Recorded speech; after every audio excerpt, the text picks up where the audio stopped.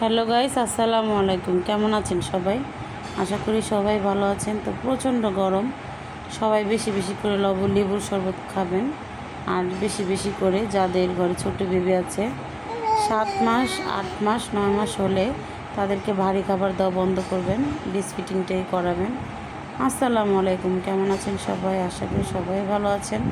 তো দেখেন, টুকটাক কাজ করছি। এখানে হচ্ছে মুরগির মাংস রান্না করেছি পাতলা ঝোল করে, যেহেতু প্রচণ্ড গরম। আর হচ্ছে সবজি তরকারি তেলাপিয়া মাছ দিয়ে রান্না করছি। প্রচণ্ড গরম, ঝোল করছি সবজি দিয়ে। তো এই গরমে আশা করি সবাই সবজি খাবেন। যখন আমি ভয়েস ওভারটা দিচ্ছি তখন আমার ছোট্ট মেয়ে কথা বলছে, কারণ ওর কথা তো আর সরানো যাবে না, কারণ ও আমার সাথেই আছে। সেই জন্য ভয়েস দিচ্ছে আমার ছোট মেয়ে। তো আমার ভিডিওর কোনো অংশ যদি ভালো লেগে যায়, লাইক কমেন্ট শেয়ার করে আমার চ্যানেলটির পাশে থেকে যাবেন। তো আসলে যতটুকু ক্যামেরা বন্দি করতে পারি ততটুকুই আসলে ভিডিও দিই।